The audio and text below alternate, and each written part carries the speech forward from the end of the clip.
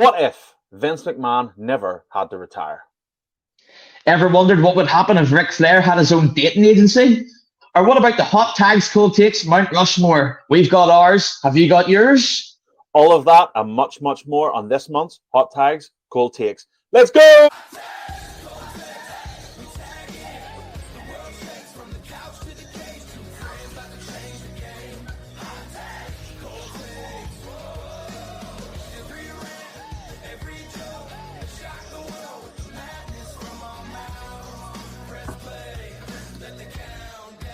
Hello and welcome back to what is episode 2 of Hot Tags Cold Takes. I'm Nick and I'm joined here by James, I think. Well, do not open until the 3rd of the 26th. I think we should just open it anyway. That's me! It's James! He's here! It's Hot Tags. We're in the business. How we doing? We are well. James, I just want to stop you before we go any further there. I seen you had a little box on your head and it reminded me of something. I have the contract here. Now, you told me it was on a napkin. Firstly, that was a lie. It's on paper. I mean, come on. So, yes, these are my demands. These are what you promised me. So, the contract, it says on this, James, that you promised me millions of monies in the bank. You also promised to teach me how to swim. You then said that you would introduce me to the man with 3 H's. Still haven't done that either. You also had promised me a BFF handshake. Where's that to be at? And lastly, if a chair spins, you must spin in it, James. Are you on a chair that spins? I can do some of them things. I can do some of them things. Hold on. I can spin. A chair that spins. So hold on. I need to check that one off my list. Hold on. Remind me again what was on your list. Millions of monies in the bank. Teach me how to swim. Can you tie a cement block around your ankles? Can you help tie knots? Yes. That I can do. Okay, so that one's pending. All right, pending. Then you said you would introduce me to the man with 3 H's. There's the man with 3, Haroldson from Haroldtown. I'll introduce you. Is that who you were talking about? He works in that must have been yeah, he's probably from where I was when I was down on a wee trip away there. Probably he must be down there somewhere. And then also since we've ticked off the chair, that only leaves a BFF handshake. James, have you got a BFF handshake in you for me? No. Can you come up? I don't know what that was. For anybody who's listening, I don't know what just happened on the screen there. It wasn't great.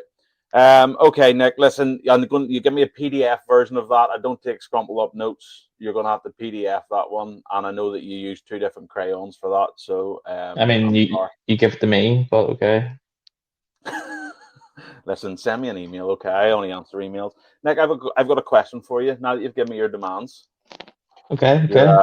Your demand housens, I think, is the official phrase that we're going with there. What are you? Demands? Yes, demand housings. I want to know, how are you since we last had a little show? I have been great. Last show went well. I mean, we're back, episode 2.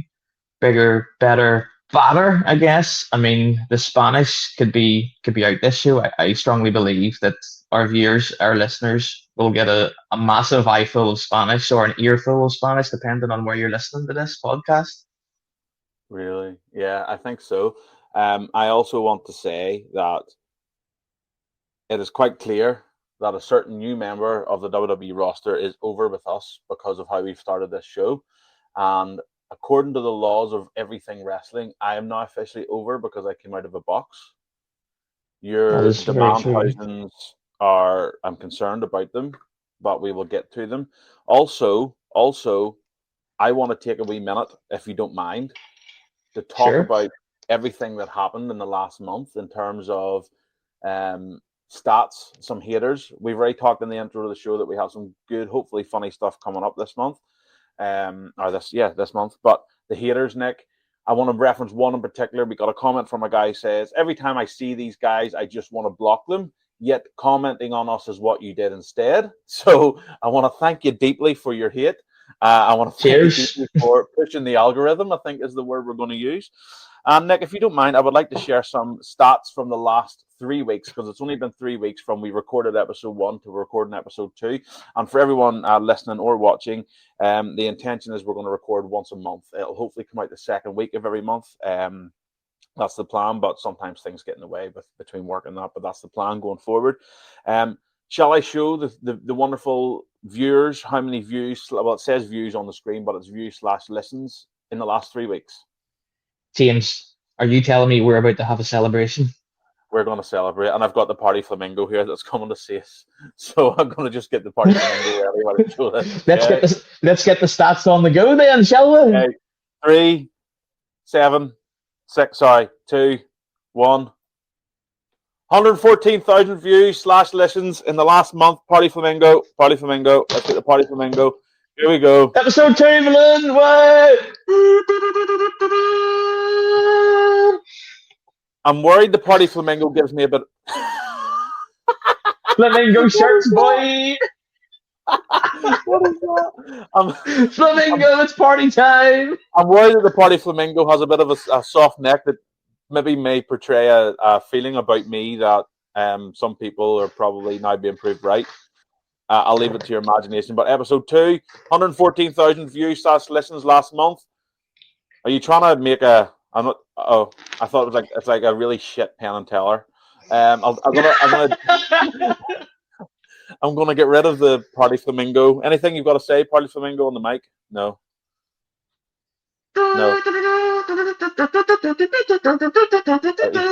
Okay, that's enough of that. This isn't. We're not doing a 5-second pause.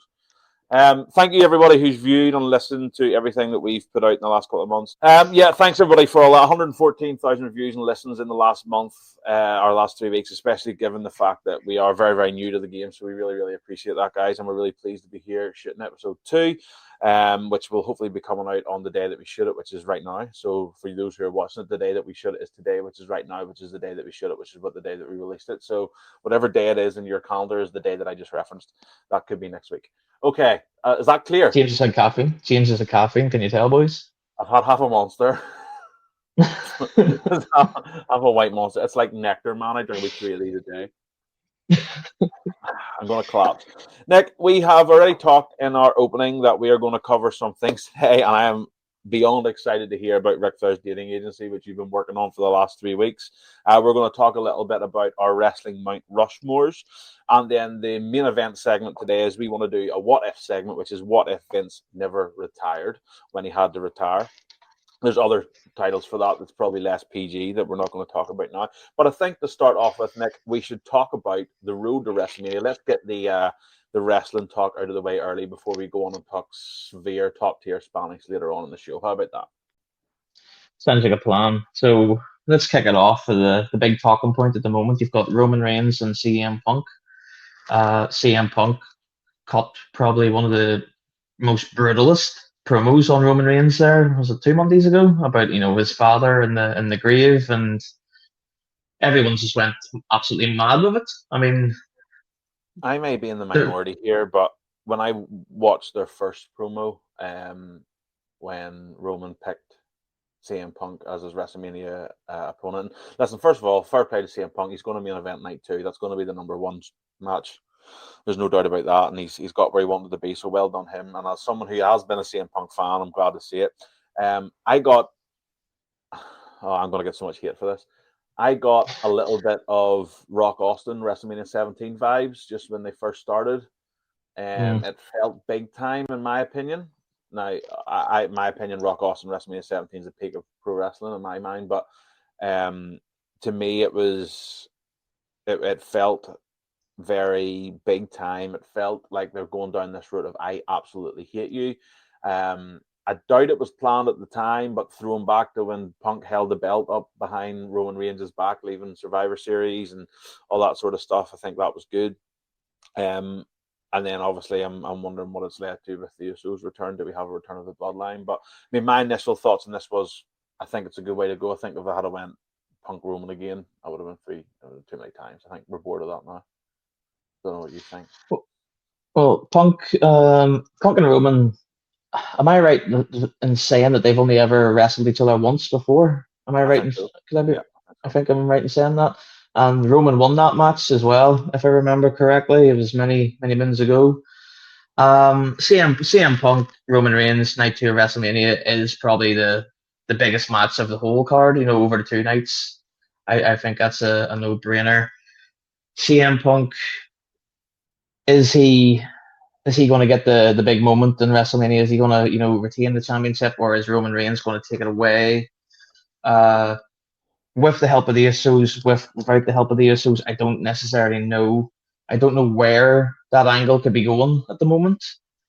But if Roman Reigns wins the title, are we in for another 2-3 year reign of the pun there of Roman? But if this is where I sort of try to get my mind to go with it, if Punk wins, where does Punk go next? Who comes for Punk? Who's he going to drop the title to? Because I know we discussed on episode 1 the line of the future of the stars of who could be number 1 in WWE, but it's still too early, for likes of a Trick Willie or a Nova family to stake claim at the top. Yeah, I don't think either of them are at the stage right now where they're going to sell out of WrestleMania. So I think you're right in your assessment there. I'm not sure where they're going to go with the Usos part of this one. And the reason I say that is I didn't think the match needed them, but they've used them. And surely they're not going to use them just as a one-off Raw segment, and that's going to be the end of it because it doesn't fit anybody's character. So are they stacking the deck against CM Punk and he's going to come out victorious right at the end at WrestleMania? Or are they stacking the deck in a way that allows Roman to beat him so that Punk stays strong? That's a very strong point that you've raised there. Because CM Punk doesn't necessarily have many friends within WWE. He's always sort of went on his own. He's still sort of going on his own. Can he single-handedly take on the Bloodline, essentially, is what would happen? Or, do you have Fatu? Oh, no, Fatu is occupied, sorry. Do you have Solo? Do you have him come in and maybe here, Punk, I'll do you a solid here and, take out the Usos? Or, I don't know, there's too many different avenues that you could go down with this one. I don't know. Who do you think wins? Who if you're booking it, who comes out on top of WrestleMania? Punk. Yeah, I think that's where I go too, but I can't pick where I think it's going to go. I'm actually just looking here. So WrestleMania 42 is on the 18th of April, and I don't know if I want to do predictions because we'll potentially have episode 3 out before then, so we'll not get too deep into that. But I do think the matches they've went for Roman and Punk as the main event of what's going to be night 2. I don't think if that's not the case, I'll eat the flamingo. I will eat this flamingo live on the podcast if that's not the main event of night 2. I will hold you to that. I know you will. I just realised that after I said it. The other main event is going to be Cody and Randy. I'm going to start by saying you hate Drew McIntyre. Result, right? Right. I didn't necessarily hate Drew McIntyre, but I like Cody versus Randy more as a WrestleMania main event. I think it's bigger than Drew McIntyre. But my puzzle, what? But what? But it's more aimed at the likes of us. Essentially, you had Randy and Cody from way back. I just don't see Randy walking out the champion line. I saw something online the other day that this build up for Randy to chase the title had started a whole year ago from Monday Night Raw, whenever Cena had the belt and Randy Orton RKO'd Cena out of his boots, or trainers, I suppose we'll say. And ever since then, Randy's just been chasing and chasing for the year. And now, ultimately, he's won Chamber. He's gone on the main event, Cody Rhodes. A lot of people have wanted Cody versus Randy for a long time.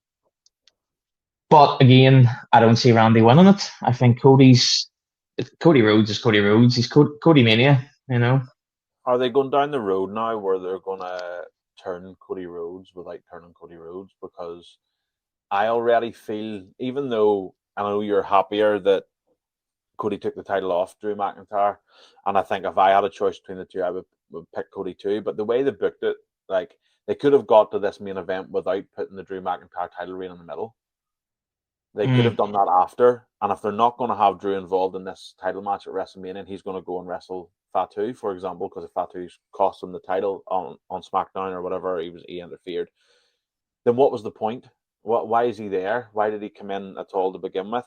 And I worry that some of the internet fans are going to just start turning on Cody now because he's getting that what Vince used to give the Roman Reigns push. It's already happening. I mean, I've seen it online. I've seen it on a few forums and things. Cody's now, getting that hate. But again, the more hate you get, it's only going to boost Cody Rhodes' popularity at the same time. Oh yeah, it's going to increase. It's going to increase the revenue for WWE. It's going to increase revenue for Cody.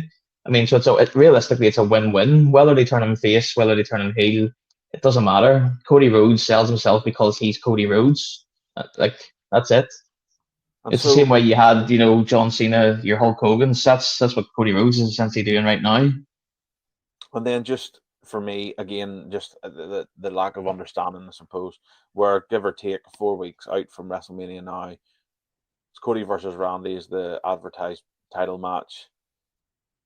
And it was, again, what was the point of the Drew McIntyre title reign is you've now got 4 weeks to remove him from the title match, remove him from Cody Rhodes and face him up against Fatu. And I can see how they're going to do that. They might book a match. But you said it last month. Drew McIntyre's whole character when he was champion and before he was champion was his obsession with Cody Rhodes. Yeah. And they've built that. Are we expected that's just going to disappear in 4 weeks? I don't think it's going to. So I'm wondering, where does that fit in? Have we don't have an actual night yet for Drew versus Fatu yet? Sure, we don't. We don't know what nights that's going on. So if that goes on night one, there's still the potential for Drew to interfere and cost Cody or Randy or whoever or Fatu even for that matter, just depending on how it goes. But I don't think Drew's completely gone from the picture yet, unfortunately. But his reign.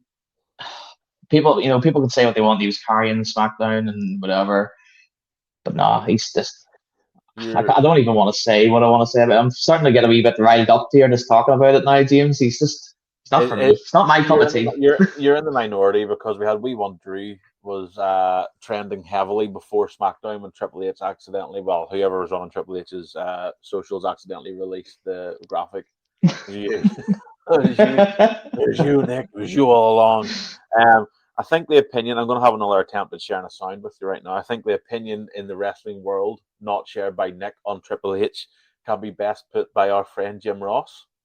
Right? Okay. Son of a bitch! Why, Triple H? You son of a bitch! Monday Night Raw last night, Nick, it looks like Finn Balor's turned face. Did we see that coming? I didn't see it coming that way, but it looks like that's the case. I suppose whenever he was facing off with Punk, I suppose you could argue that the signs were there. He was going off out on his own, and I mean the seeds were sort of planting, for him to break away from Judgment Day.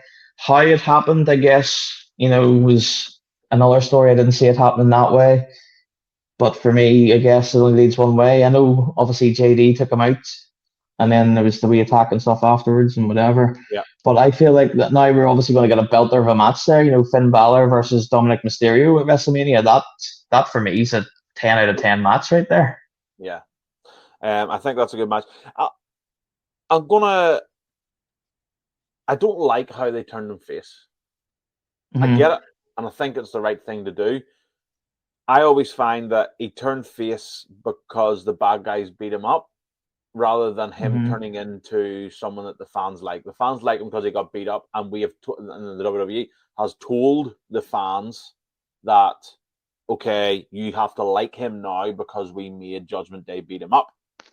Whereas I would have preferred there to be some sort of maybe fallout argument, Dominic to do something against someone that Finn liked, and then Finn made the save, which tells us that Finn's changed. Because there's no evidence that Finn's character has changed. He's just been beat up by the Judgment Day. Do you follow the logic of what I'm saying here? I do, but I'm sort of going to disagree with you here because because you've got it's just the MO of the Judgment Day. They kicked out Edge, they kicked out Damian Priest, and now they've kicked out Finn. I mean, it's just It's just the way they go about their business. I feel like it's fitting for the faction that they are and how they go about Yeah, their business and how they can carry themselves. There's no loyalty, so there isn't to the Judgment Day. I mean, if you were asked to join the Judgment Day, I wouldn't bother. I saw a post on social media showing the Judgment Day and then the first Judgment Day, and it's like the Judgment Day present versus the original Judgment Day, which was Edge, Priest, and Rhea Ripley. Yeah. It's like that old saying where the caretaker says, "I've had the same broom for 25 years, but I've had to change the shaft in the head 15 times. It's not the same broom, right?" So it's like it's the same faction, but all the people are completely different in it from the start. So I think I saw someone saying on social media that you just have the Judgment Day forever, and it just continuously replenishes members. Yeah. But yeah, look, I think Finn and Dominic's going to be a great match at WrestleMania. I think it's a good way to go. I don't want to spend too long talking about this because we've got some really daft Spanish segments to get into later on. I do have a couple of quick ones of two that I want to mention. One's not on your sheet in front of you, which is going to maybe surprise you. What do you think of the Seth Okay. Rollins stuff? I quite like what they done the other day, and they had everybody come in the ring and they mixed up and he ran out. And where do you think that's going? Joke's on you. It is on my sheet. I wrote it down because I was going to bring it up to you. But anyway. Wow. Anyway. Wow, really? Wow. You're so smart. So I had a theory. See what I did there?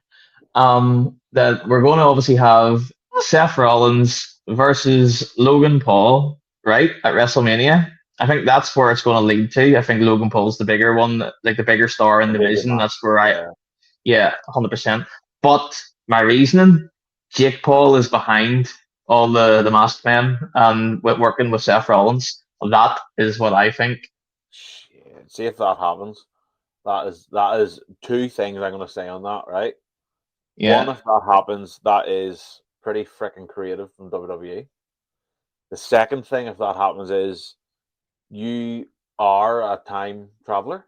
And that is an unbelievable out of the blue prediction that I don't think anybody is making right now in the wrestling world.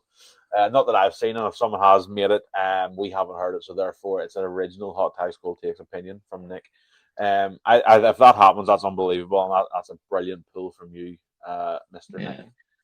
Every now and again, I get them. Every now and again, I get those. I do think you're right. At WrestleMania, you will have that match. I think you're right. It's going to be Logan Paul, and you will have another masked individual interfere in the match, reveal himself to be someone pretty big. And I think if it's Jake Paul, that would be pretty class.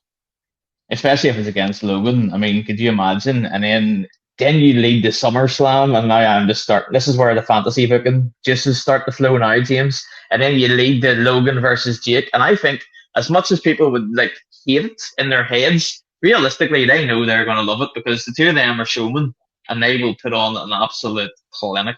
That's already, in my mind, that would be a main event.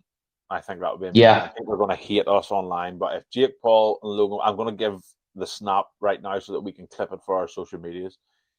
If Nick is right and Jake Paul versus Logan Paul happens, that is going to main event. That should main event SummerSlam. And even though we hate both of them, we would still watch the hell out of that and we would still love it. And if you don't agree with that, go stick on AEW, would you? Yes, because I think if you catch an AEW stream right now, you will be able to watch it for 5 seconds and see 15 Canadian, Mexican, French destroyers. Okay. I have one, and if you want to understand where that comment comes from, feel free to go look through our socials where Nick absolutely ripped the shit out of the Canadian Destroyer in AEW last month. I'll say thank you very much to all the comments that we got about the Canadian Destroyers and Super Kicks as well. It was greatly appreciated. Thank you for making us a part of your algorithm. Thank you very much. We love hate. Hate lets us know that we're going over, so that's great. Keep hating on us. I have one last topic, and I've put them both together because I think they're going to end up wrestling each other. What's Obafemi doing at WrestleMania, and who's challenging Brock Lesnar? Obafemi, so I was thinking about this morning. I think it's good having Obafemi just go up against, essentially, I don't want to call them jobbers because they're not, but I mean, they're mid-carders. Like, I feel like the term jobber gets thrown around too easily now. And realistically, you are just a mid-card wrestler at best, and that's it. Like, you've got your Rusevs and your Miz. Like, and I don't want to shit on Miz because I really like him. But Rusev, you know, people are like, oh, he's in AEW and he did nothing, and then he left and he came back in the WWE, he's doing nothing. mean, man's earning a living. I'm sure he's happy. He may not be a champion, but he's putting on good matches. He's on regular TV. People are seeing him all the time, and he's wrestling, putting stars over like Obafemi. Like, I don't think it does any harm to Rusev or Miz to do these sorts of things. So I think Obafemi's going to make his way. He's gonna just saunter on, Just gonna go in, cruise control. He's just gonna smash a few boys up until he gets to WrestleMania. I don't think we'll know who Brock's actually going to fight until the night of WrestleMania. I think that's what's going to happen. No one's going to challenge him. No one's going to come out, and then that's when you get that big Nigerian walking down the ring. And I think Brock puts him over as well. I don't know. You need to protect him at all costs. I'm going to put my flamingo out, and I'm going to say that Brock. I'm going to say you're right. Brock will hit the ring. Who's going to Brock? Michael Cole has a fit on the side, and then Obafemi will come out. They'll spend the next 4 weeks with Obafemi beaten, and they started off with he beat the War Raiders, and then it was Nats Rusev, which is a pretty big scalp for him, like you just said, despite what anyone else thinks. And then he'll go, and I think he'll beat Brock Lesnar at WrestleMania. Like maybe not, but that's my feeling at the minute. And then we can just get a real big close up with Paul Heyman going. Yeah, I think you're not far off, but I think it ends in like a DQ or something. I just think two big, heavy, meaty men that Vince McMahon loves so much. Like he's sitting there right now having a field day. You know that. Yeah, that'll be his main event. 100%. Right. Okay, Nick. I think we'll move on from everything Road to WrestleMania. We have a lot to cover on this month's show. I had an analogy for that this month's show is like my son's sandwiches at school today. They're jam-packed. So there you go. Sorry. I'm so sorry for that. I'm so sorry. Right. Okay. Right. I'll see you later. I'm away. Yeah, let's do that. Let's kill it all. Very quick topic to talk about here, and it was you actually mentioned this one. WWE 2K26 is about to hit. It's about to land. What do you think? Yes, we're like a day or two away now. So we are. What was I going to say? We're a day or two away. People have got it already, early access. They paid like an absolute fortune just to get it. Absolute crazy amount of money. Games now in general are an absolute expense. There's a lot going on. They've changed, it's the biggest ever roster. They've got wrestlers from TNA, AAA, WWE, obviously past and present. They've introduced a lot of ragdoll physics now as well, which has really changed the game. I've seen a lot of clips online, and it just makes the game look more fun. There was a nice wee feature that I came across too, that Larry, CM Punk's dog, can be like a manager in one of the game modes, which I thought was pretty cool as well. Yeah, that one is interesting. First thing you're going to do is just be Larry, I think, immediately. Sorry, folks, we had a bit of a technical issue with Nick. Some of those who are watching YouTube will have spotted his camera froze there a minute or two ago. Nick, you're back with us. You were just mentioning that Larry is a playable character as a manager in 2K26. Is that exactly why you want to buy the game, or will you buy the game?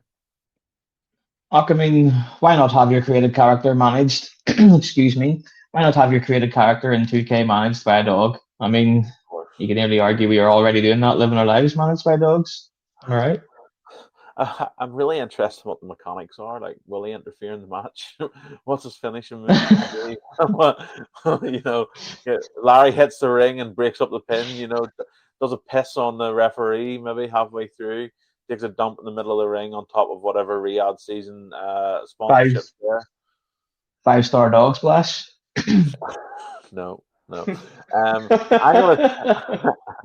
gonna say the last WWE game that I actually enjoyed was SmackDown versus Raw featuring ECW 2008. The reason for that is because I am sad and I love General Manager mode. But that's been back now for a couple of years. What's that? Yeah, I know, and I never really got into it. I don't even know what it's like these days. I think modern day games sort of take away from what it was back when I used to buy a game. You got to play everything now. It's all arcade and microtransactions and all that sort of stuff. So but that's just me being old, right? I'm bald. I'm 34. It's game over for me. I can't keep up. Will you get the game? Will you get 2K26? I will eventually, but I won't be paying an arm and a leg for it, is what they're charging currently. I mean, base game, I think base game, you're talking like 70 quid, and then you've got like all these extra special packages. There's the King of Kings edition, which is like 80 quid, and then you've got like the Attitude Era edition, it's like 100 odd quid, and then there's like the full on like WCW edition, Monday Night Wars or whatever, like 140. They just keep, and all you're getting really is like additional characters or these wee extra cosmetic things for like your career and all that. It's pointless stuff. But people pay it. That's the problem. They do. Whereas, again, like I say, being old school, if I was to load up SmackDown vs. Raw 2008 featuring ECW, I just complete the season mode and I get to unlock everybody, and then I've got them all unlocked, and that's it. But I'm old, and that's okay. I understand that this world is all about getting your hand in the cookie jar and getting as much money as you can out, so that's okay. I'll probably be like you, to be honest with you. I haven't bought a WWE game in a couple of years. I'll have a look at this one. Because I want to apparently play as a dog. That's it. Okay, Nick, shall we move on and talk about our good friends, our beautiful sponsors, shall we? We shall, yes. We'll leave this one over to you because I spoke about them last time, James. So come on, pull your weight here a wee bit. Please, guys, if you're interested, we are sponsored by W Energy. You can get your flavor online. We will put the link in the description for 10% off. Use code HOTTAGS, and they have all sorts of flavors. I think our email inbox is inundated every day with brand new flavors that we physically would either die of severe energy ingestion because we tried too many flavors, but there's so much out there, so many different options. And for two guys like myself and Nick who like to be as high energy as possible when we come on to our shows, W Energy is the way to go. So that is hot tags as your code for 10% off, and we'll share the link. Also, if you would like, Nick, I'll let you model it for us. If you would like a Hot Tags Cold Takes mug, please email hottagscoldtakes@gmail.com with your name, telling us that you would like a mug and your country of residence and your phone. And your phone, I told you, shit pen and teller, and your phone number. And if you want, you can state which of us you would like to pick up the phone. One of us, oh my gosh, he's just done a full illusion on screen. If you're not watching this on YouTube, Nick has just done a full illusion on screen, and I'm not going to tell you what I mean by that because I want you to go and watch it. Yeah, one of us will pick up the phone. We will ring you. We will have a chit chat. We'll spend 5 minutes on the phone talking about the show, talking about wrestling if you want, and we will take your order then and there. The mugs are 15 Great British pounds plus postage and packaging. So yeah, get in touch with us. And lastly, guys, if you don't want to do any, if you don't want to buy W Energy, if you don't want to get a mug, at least give us a like, a follow, or subscribe, or drop a comment telling us how much you hate and or love us. We'd appreciate that at least. So please, you can find us on YouTube, Facebook, TikTok, and Instagram at Hot Tags Cold Takes, and that is us. And if you're lucky enough to do all those things, well, I'll say lucky enough, you will do all those things. If you do all those things, maybe you'll be the lucky one that'll get the BFF handshake from James, because I'm certainly not going to get one. We will. Nick will fly you to one of our houses to be on the show. He will pay for your flights and accommodation and travel. Isn't that right, Nick? Moving on. I don't work here anymore. You told me off screen that you would. I can't believe that you're doing this. Okay, maybe that's not true. Right, we're going to move on now because I'm incredibly excited for the next segment of today's show. Yes, I'm about to put all the pressure on Nick. Nick, I would like to know what would happen if Ric Flair had his own dating agency. Well, this is something that's been going around my mind since the last idea that we had with Undertaker working in the daycare. And if you didn't hear about that one, it's on all our socials. It's on episode 1. Go have a listen, and hopefully you will laugh as much as we did, and hopefully that you'll enjoy it as much as I had the idea in my head. So that brings us to another career crossroads, as I'm calling it now. Bum, bum, bum. Ric Flair has his own dating agency or app, preferably an app, right?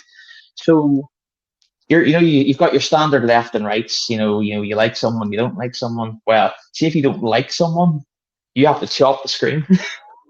you have to hit that. You have to hit that thing, and the phone feels it as well. It goes woo. I was going to say, is there a soundtrack to that? There is. There's always a soundtrack built into your phone as well. But these are all at a cost. But we'll get to the cost in a minute, James. If you are adamant that you want to, lock it down, and you think this is the one that you want to take home and style and profile with, well, put her in the figure 4. You lock them down. Swipe right on that one. figure four is locked in. They're going nowhere. They're yours now. They're going out. They're going with the man for dinner on a high rolling night. Moving on. Premium. This is what I was talking about. Premium costs 16 quid, pounds, euros, dollars, wherever you are. The number 16. It's equivalent for Ric Flair. It makes sense. Wow. But you know what he calls that pass? If you want to pay that money for this is called the Space Mountain Pass. So, so for you, every click that you make on this app as well, you're just getting the constant woo in the background. No matter what you do, you're clicking in the options there. It's just woo constantly, and it's just him screaming at you. There's no bios on this app either, by the way. What you need to be doing is, well, say what you need to be doing. What everyone needs to do as their bio is more a video promo. You have to cut a 60-second promo on why you think you're this eligible bachelor or bachelorette that's going to wine and dine, style and profile, going to do all the things. And every user, though, there's only one photo on the app. And the rule for the photo, James, you have to be wearing a robe. Right, okay. My brain went many places during that. So, hit me. So you're a mum or a dad and you walk past your son's bedroom and all you hear is, woo, woo, woo, woo. He's in his bedroom chopping away, but not in the way that 16-year-old boys do. He's chopping away his phone, right? Lying there wearing a robe. Man in a robe, just chopping away at the screen. I think that is absolutely hilarious. Also, what's the TV advert going to be? It's just Ric Flair strutting in, woo, swiping the screen. chopping a phone, and then it's just like, oh, I like this one, and then it sends like a digital Rolex comes through to the other person's phone. Dude, I take it it's not the same journey on this for a woman as it is for a man. The woman just puts a photo in a robe up and they just have to go on a date with whoever wants. That's what it sounds like. Oh yeah, it's more aimed at the men. Yeah, the women sort of have to go along with whatever happens. It's either figure four or chopped. And that's it. And Ric Flair has to personally verify every single photograph that goes on to it from every woman that signs up. He's like, I will chop you back to the 80s, baby. Here we go. They're just ideas and visions that I had of Ric Flair running the dating agency or app. Sorry, little points. I mean, I'm sure we could probably sit here if we had the time. We could go really ramble on with it even further. I think. I feel if we let your brain loose on this too, James, it's got more legs to it. I'm holding back. I think we should launch it ourselves. I think just launch it ourselves. Did you see Ric Flair's recent cameos that he's been doing? Yeah. That's just him. That's the intro video to the app where he's just half tour. And for anyone who's not from where we're from in the world, half tour means kind of drunk. Just talking pure verbal diarrhea down the screen. People are like, I will sign up, baby. He has a heart attack 3 days into it because of all the photos he's getting sent. Oh, dearie me. Yeah, each subscription to the Space Mountain Pass comes with like a year subscription to Little Blue Pills as well. Personally delivered by Ric Flair. Or Ric Flair lookalike. and then he challenges you to a match. You have to have a match with him because no one else will. Yep. 60. You've got to go 60 minutes with him, and if you don't, he steals your date.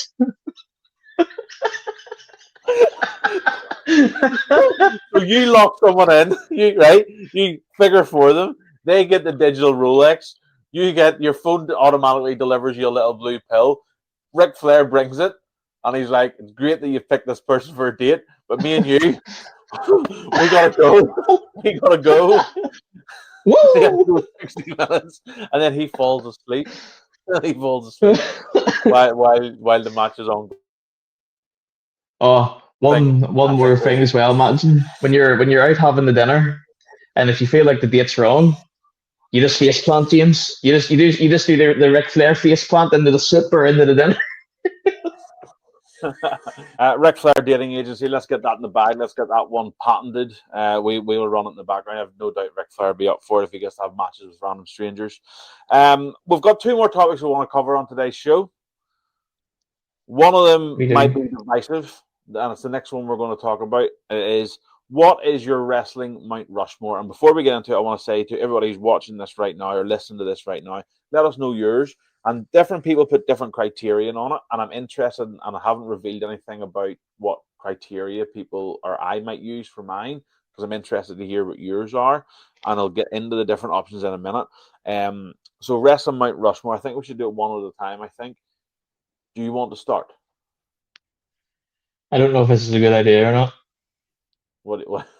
Why is it not a good idea? Oh, sure, we'll just roll with it, and then we'll do something after. Don't worry, this is fine. Yes, so we'll do one at a time. This will work great. This is going to go better than I expected. Oh shit! Okay, you go first. I'm really worried right now. Right, okay. So I'm really worried about what you're going to say when it's your turn. Do you want me to do all 5 of mine? No. We'll go back and forth. Okay. Wait, what do you mean all 5? It's only 4. All right. Sorry. I selected. People go and they say the Mount Rushmore should be the 4 best, right? The 4 that have topped everything. The best wrestlers, the best draws, the best whatever. The actual Mount Rushmore is more of the first 4, the ones who got us going. And I've went down that route. So I have picked 4 people. 2 are from the 80s and 2 are from the 90s, whom without wrestling today would not be where it is. And I don't like one of them, by the way. So it's not about my wife smiling like that. Really, I am so worried right now what you're going to say. Okay. Right. My wrestling Mount Rushmore. Number 1 is a wrestler, believe it or not. Okay. He is Hulk Hogan. Hulk Hogan is my first on my wrestling Mount Rushmore. Yeah, Pythons. I think Hulk Hogan, without him, he made it mainstream back in the 80s. He carried that into the 90s. He launched the WCW side of the Monday Night Wars. And I think he deserves to have his face up there. And I know there are lots of issues which we probably shouldn't talk about. And there's an inside joke about Nick's pronouns that we're not going to talk about on the show. And I'm not going to mention that. That's just for me and him. Nick knows what I'm referring to. Nick, Hulk Hogan for me is on my Mount Rushmore. Yeah, and that's a fair assessment to make. But I just want to see your Mount Rushmore and raise you my Mount Rushmore. See, you mentioned about pythons and stuff there. Well, I'm going to send you a cobra. Santino Marella! No. Oh, shit. Oh, shit. What are we doing? Why are we doing that?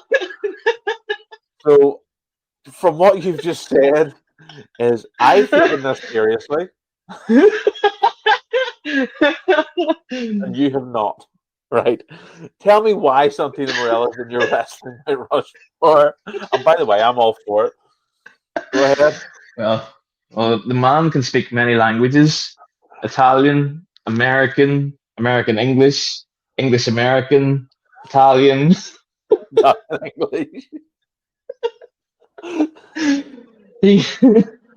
He also doesn't discriminate against genders. He's also got a very good twin sister as well. Yes, James is. We're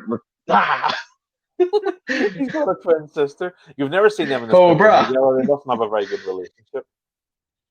But yes, Santino Marella. I mean, and he's Italian. Got to put a bit of European stamp on the mountain. I mean, why wouldn't you? The man is comedy gold. I mean, he put John Cena over. Like John Cena. And, I will not hear any bad chat about Santino Marella on the fact that he's on this Mount Rushmore. I love it, to be honest with you. I think Santino Marella on the Mount Rushmore. We'll recap our 4 each at the end. I feel like I don't want to give mine now because mine is actual serious, but I think it's okay. Right, my number 2 on my wrestling Mount Rushmore was someone else, but I've changed my mind. before you say Santino Marella, so I'm not copying you. I have changed it to Vince McMahon. Okay. Yeah. He launched the wrestling as it is today. He got rid of the territories. He made it national. He made it mainstream. He made Hulk Hogan as big as Hulk Hogan is. Let's be honest. He also got kicked in the balls by Linda McMahon at WrestleMania 17. Nick just he definitely injected steroids, I think is what you were trying to say there. He had the steroid trial, which is great. Well done him. We do not endorse steroids. And he's also a massive pervert today. So I guess that puts a bit of a black stain on it. And we're not going to get into that because we're going to talk about that in our final segment. But Vince McMahon for James. me. Yeah. I'm just noticing a theme here with your Mount Rushmore. It's full of perverts and racists. I dare you to say that to the two people that are next on my list and see what happens. Because the first one is dead and he can't do anything about it. The second one doesn't even know how to drive a car, as you can tell from the actions. And the next two, I think, would still as a Northern Irishman would say, knock your ballocks clean in. So I would just hold that comment before you hear my final two. Okay. So I was just going to say there, sorry for cutting you off, James. I was just going to say, I think adding Vince McMahon into your Mount Rushmore, I don't think I've ever heard that. I mean, me personally, I haven't heard anyone adding Vince McMahon into their Mount Rushmore, so I think that's a good shout. And I mean, it makes sense. I mean, you couldn't have WWE for what it is today without Vince, and I think that is probably a very, very good shout. Like, probably, yeah, you couldn't argue against it. I really don't think. Not only that, you wouldn't have had WCW in the 90s. Yeah. You wouldn't have had WWF. You wouldn't have had WWE as it is today. You wouldn't have had AEW. You wouldn't have had TNA. You wouldn't have maybe not even had New Japan. I know people say, yeah, well, if someone different made that, it doesn't matter. Wrestling became popular because of what he did with it. And it moved out of the bingo halls and became mainstream. So Vince McMahon is number 2 on my list. Who is on yours? I'm just going to blow my kazoo real quick for Vince McMahon. That was me playing No Chance in Hell. It didn't sound like it. Carry on. My number 2. Now, if you listeners or watchers, whatever you want to get up to in your spare time, I hope you're ready. Because number 2, EUGENE.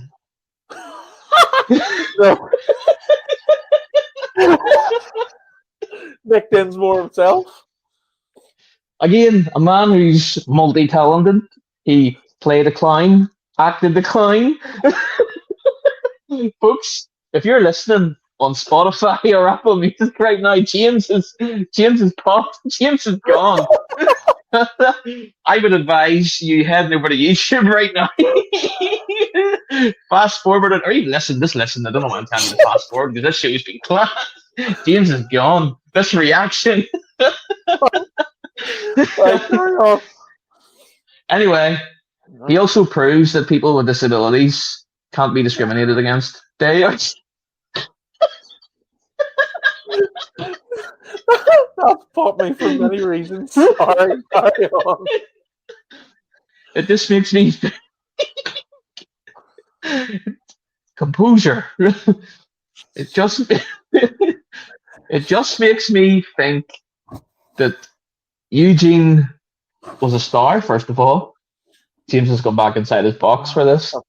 I'm back. Anyway, okay, yes. So EUGENE was a star. He was Doink the Clown at one stage. So he lived the clown. He played the clown. He was the clown. Then he was EUGENE, who also was a clown. Everyone loved him. Tell me someone who hated him. Really, he was. Eric Bischoff's. No, he was his nephew. That's family. That's different. You're meant to hate family. Triple H. But I can't hate on Triple H. You know that, James. Triple H can do anything, and I'm like, oh, come on, it's Triple H. Oh, it's all right. It's only Triple H. Oh, yeah. Like, he could say our podcast was shit, and I'd be like, oh, but it's Triple H. It's all right if it's Triple H. Oh, dear. I feel like I cannot believe doing these one by one was a great idea. I can't believe this is what's happened. All right. Okay, I'm going to bring myself back, and then we're going to go back to serious talk. I don't think yeah. My next person is The Undertaker. Oh, God, knock his bollocks in. Well, maybe not. To be fair, maybe not. I He think works the in a Undertaker. daycare, James.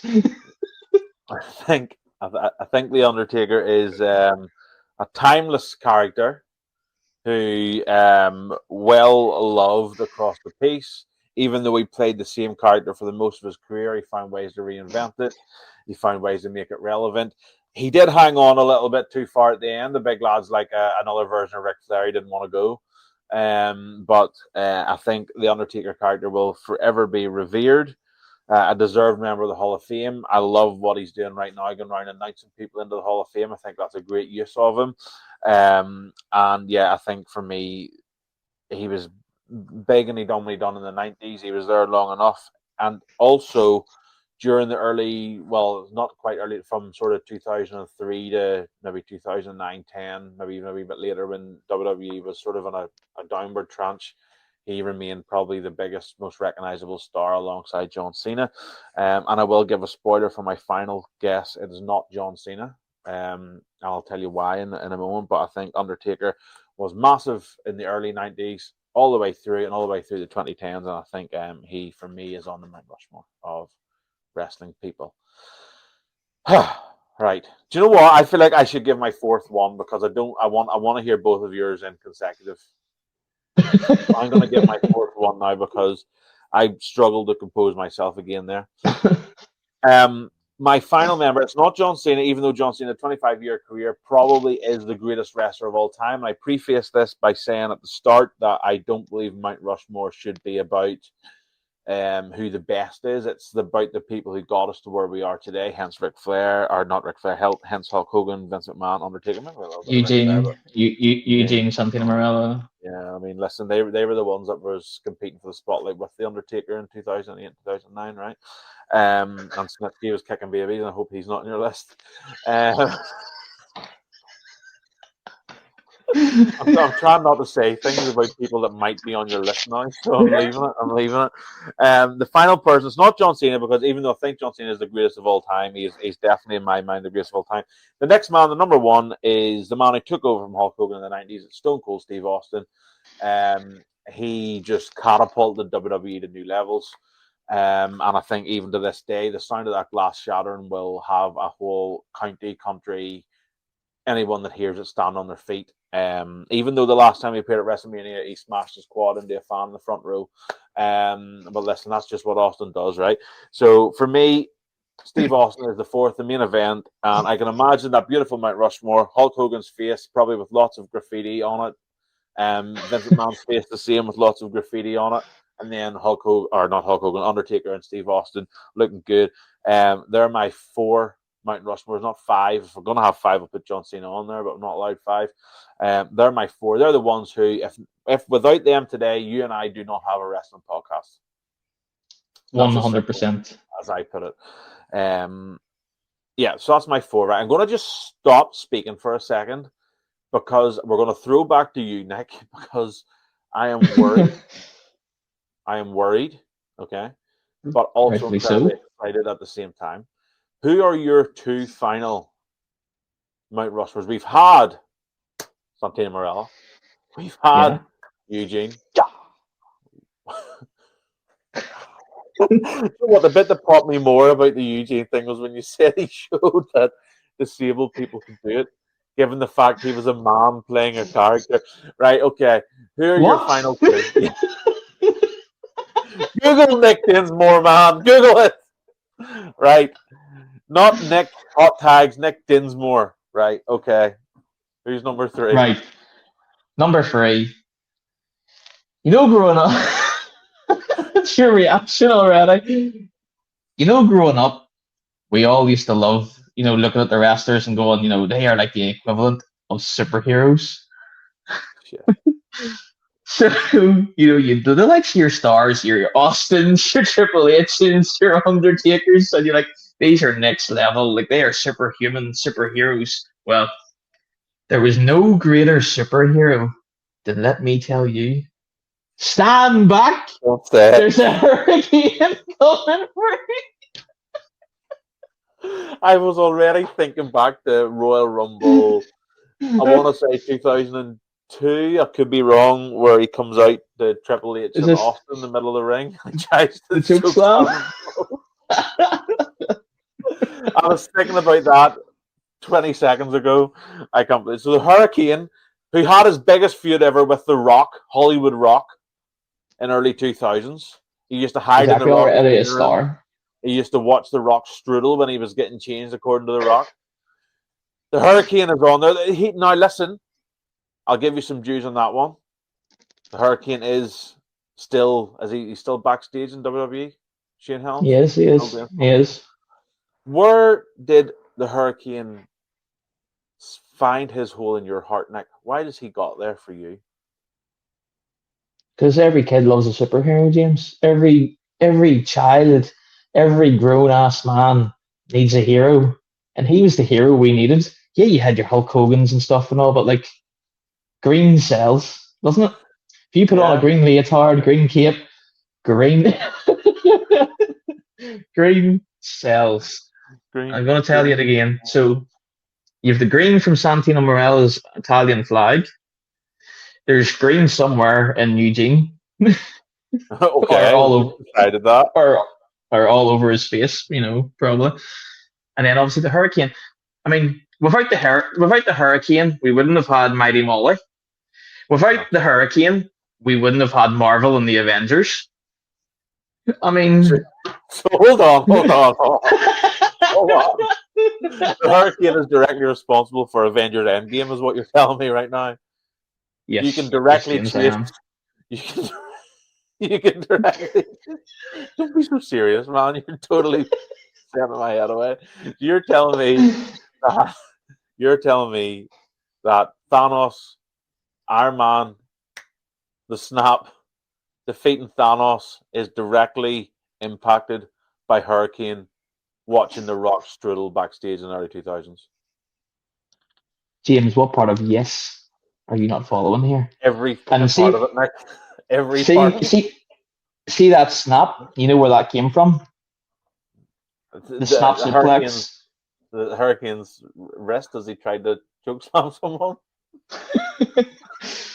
Now, as much as I would love to talk more about the Hurricane here, I'm going to give you number 4 because I know you're busting to find out who number 4 is. There was another one coming. I forgot there was another one coming. Right. R-Truth. I knew you were going to say that. That's not a surprise to me. That is not a surprise to me. I agree. You know what? He's on mine. Fuck it. Vince McMahon's out. Again, there's no one more versatile, no one more funnier than R-Truth. R-Truth does it all. He can sing, dance, rap, wrestle. Can you? I can't. I can do sing, dance, rap. I can do 3 of them things. Do it. I can't. I can do 3 of them with 10 years of training. Well, hold on. Hold on. Okay, No, I can't. okay. Sorry, I was lying. I'm completely lying to you. That's a complete lie. You called me on the lie. You called me on the lie. Let it be known, folks, that James is a liar. See, if I had a massive liar button right now, I would press it. You know what? You don't even deserve that, Flamingo. I thought I could. I was a liar. So anyway, James, I'm just going to recap there on you. I did do a serious one as well. I'm just going to blast them out for you. I thought it'd be funny to sort of such a catfish, man. I thought it'd be fun. Before you do that, wait. Santino Marella. Yes. Let's just think about this. What is their impact in the business? Santino Marella is now the GM of TNA. What a man. Eugene inspired disabled people all over the world. Apparently. Wouldn't have had the Special Olympics without Eugene. The Hurricane literally invented the Avengers, apparently. Okay. And the Hurricane. And the Hurricane. There was never a hurricane before the Hurricane, apparently. Tell that to the people who died of hurricanes in the 90s. It was different. And R-Truth. You're awful. And R-Truth, right? Okay. I don't know if I need to hear a serious one because that's probably the 4 greatest names I've ever heard in my life. I'm not going to go into the details and whatever of why the 4 serious ones I have, because All right, let's hear them. it's a given. So Hulk Hogan, John Cena, Stone Cold Steve Austin, and The Undertaker. Okay, so we had 3 the same. We had 3 the same. And there's room for, changing, pulling people out and all, but again, it cuts back to, what you're basing your Mount Rushmore on, I guess. And for me, it was, who sold the most, essentially, who lifted wrestling and carried it on their back. And Hogan did it, Cena did it, Austin did it, and Taker, like you said as well, for a long, long time, did it. And, yeah, I think so. notable names, obviously, like The Rock, HBK, Ric Flair, Bret Hart, Eugene. Right. And by the way, see if you go back now on YouTube. Actually, I'm going back to this because you've honestly you've blown my mind with the Eugene thing. If you go back in YouTube videos of Eugene, he had some pretty big moments. The Rock returned to defend Eugene against the coach. He wrestled Triple H. He had the whole thing where William Regal cut one of his best ever face promos against Triple H defending Eugene. So hey, let me tell you, there's a Hall of Fame in there. There's a Mount Rushmore in there. It's maybe imaginary, fake, and BS for this podcast, but listen, it is valid, and you are valid to me, Nick. It was very hard for me to leave out Val Venus, Taka Michinoku, Funaki. It was, Steve Blackman, Tajiri. It was really hard for me. Blue Meanie. This was a really hard one for me. Val Venus. Nothing like a bit of ladies. Nothing like a bit of 90s wrestling to have a literal and porn star on the show. Okay. Guys, that is our Mount Rushmore. Yeah, that is our Mount Rushmore. We're getting close to the end of this month's show. If you're watching this on a clip version, if you're watching a clip of what I'm saying right now on one of our socials, you have missed a lot. So make sure you get onto the show and watch it. I think there's a clip in just me laughing hysterically at Eugene because that was intense. So we've got one last thing to talk about, and this might be divisive because there's a lot of love and hate for the man right now. I've just put him in my Mount Rushmore, Vince McMahon. This is the start of a segment we're calling the What If segment, and we'll talk about different scenarios. We've got loads of them. If there's any What Ifs you guys would like to hear, drop us a comment and let us know. Don't forget to like, follow, and subscribe, please. And we can cover a What If on a future episode. We won't do the same thing every month, but we'll cover it again. Here is our What If for this month. What if Vince never retired? What if Vince McMahon never retired? What if he wasn't a filthy, dirty pervert, apparently? And what if he wasn't an adulterer and didn't have to retire? So my question is, what would WWE look like now? So who would the main event stars be today? Where would Triple H be? And I've got one more question which I'll ask at the end. So who do you think the main events... okay, we're talking the main event of WrestleMania this year is going to be Randy and Cody, Roman, and Punk. Is that still a viable WrestleMania 2-night main event under Vince McMahon? No. I think Roman's. I think Roman's still there. I think you're potentially getting, if Vince McMahon was still in charge, I think we're still getting Roman and Cody. I think that's a main event that Vince McMahon would be all about. Either they are the 2 stars in that company that can make you the most money, that'll elevate the company, whether it's heat or non-heat. Roman and Cody is where Vince goes. Like, I strongly believe that. I don't think there's anyone else on the roster that Vince would look at otherwise for a WrestleMania main event. Sorry, folks, more technical difficulties. I've had to change mics. Yeah, I do think Roman and Cody is a main event that Vince booked. I think Brock Lesnar is more prominent, and obviously a lot of Brock Lesnar's reason for being away is in relation to the Vince McMahon stuff. So I think you've got more Brock Lesnar. And I think... I'm not sure what else. I think the John Cena retirement storyline would have been different under Vince. I'm not sure he would have allowed him to turn heel. I think that's something that Triple H would have allowed. I don't think Vince would have went down that route with John Cena. I'm not convinced Randy Orton's main event in WrestleMania this year if Vince is in charge. I don't know. Maybe I'm wrong there because he did main event under Vince. I'm not sure he is now. So. No. I'm also not convinced that AJ Styles gets the retirement that he did. I don't think he gets the night in Atlanta. I don't think that happens either. I don't think AJ gets as big of a, if I could speak the Spanish flowing now. Really? I don't think AJ gets as big of a acknowledgement. There we go. I can talk. Wow. That he did. I'm turning into Eugene as we speak. If Vince McMahon was still in charge, we wouldn't have got the big AJ farewell. There, I could have just said that. Gunther, I think Gunther potentially could main event the WrestleMania under Vince McMahon.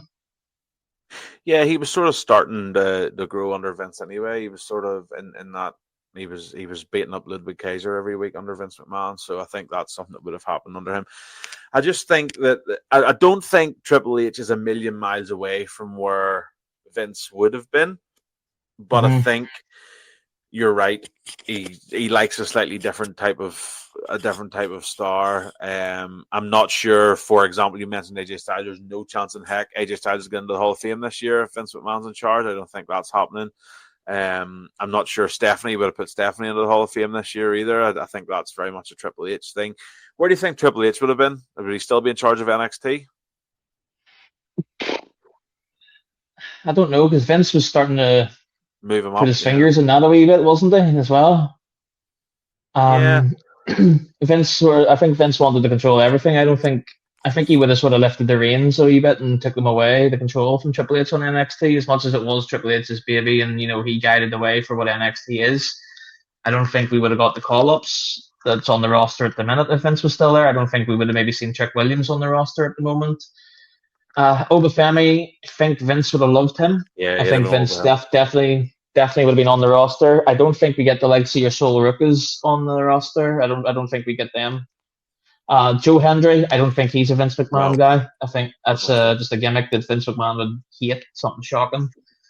In terms of the women, I don't think we got Jade Cargill versus Rhea Ripley at Mania either. If Vince McMahon's booking that, I think he could be looking at, say, I think he would have split the tag teams up. If the tag team of Rhea and Io Sky had still been going, I would have said he would have just let them have like a burnout match between each other. Yeah.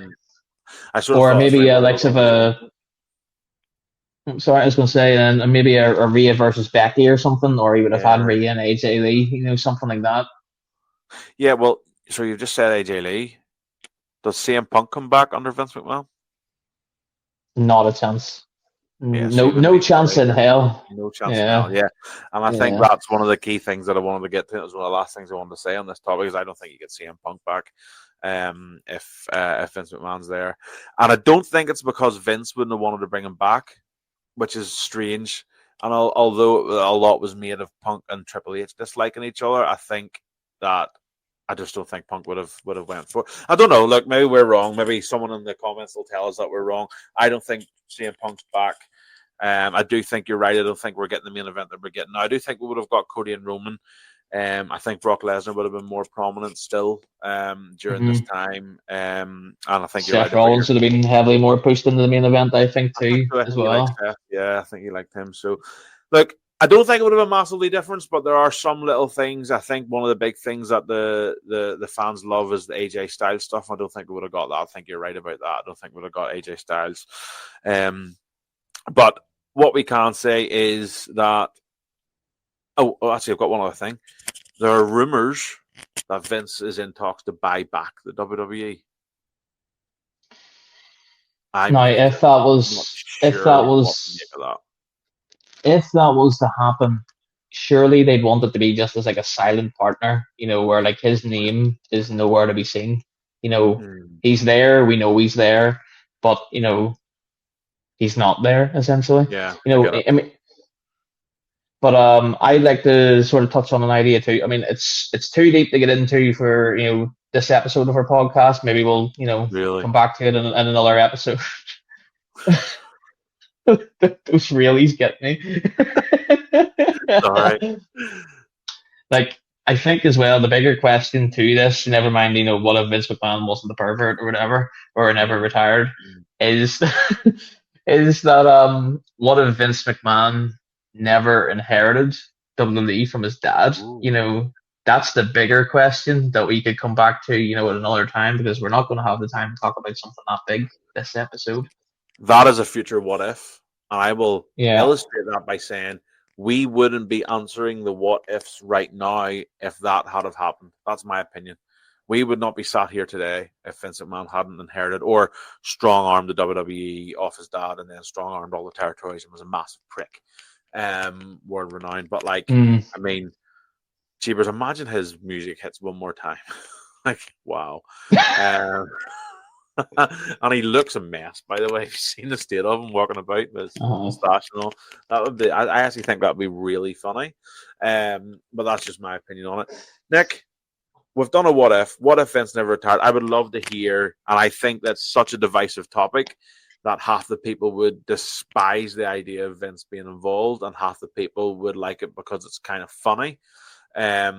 That's what I'm talking about there, is if he was to buy back the business. That I think that would be kind of hilarious. I would be in the hilarious side, like, oh my gosh, what's going to happen? A lot of people would be in and I'm not going to get into the court case that's ongoing because we have a big chance of being cancelled if we say too much, but there's a lot going on there, and we'll not go over that. A lot of money was spent and a lot of chaos happened, which is unsurprising. And if anybody listens to the likes of Bruce Pritchard's podcast, and people hate him too, by the way, he talks a wee bit about some of the stuff that happened, but he does it from the love sponge. Sorry. Yeah. He does it from a Vince side. What if Vince never retired? I think the landscape would be different right now. But what I can say, he's on my Mount Rushmore. And if not for Vince, you and I would be sat here today, Nick. So, another hour-long show in the can. How do you feel? Tired. Yeah. I've finished my Tin of Monsters, so I'm the same. I'm going to go back. I'm really going to just need to digest that Mount Rushmore of yours. There's a lot of work to be done from an editing standpoint because there's a lot we need to clip to show the world that we talked about today. And I'm excited to do that over the next couple of days. Guys, please, if you've made it this far in episode 2, thank you so much for listening to us. Episode 1, episode 2. Hopefully, we're starting to move forward in terms of the quality that I'm having fun. I've enjoyed it. So thank you very much, Nick. Yes.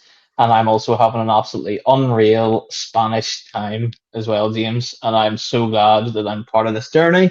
I'm so glad that we're now in the episode 2. I feel like we've gone slightly big.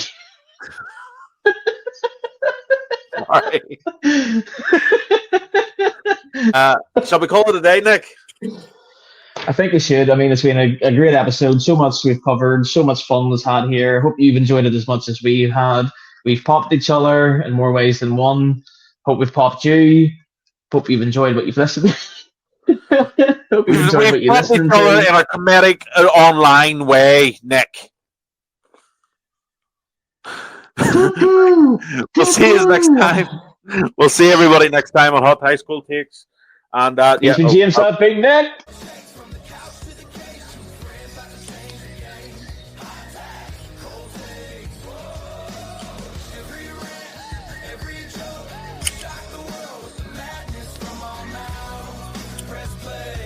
Let the count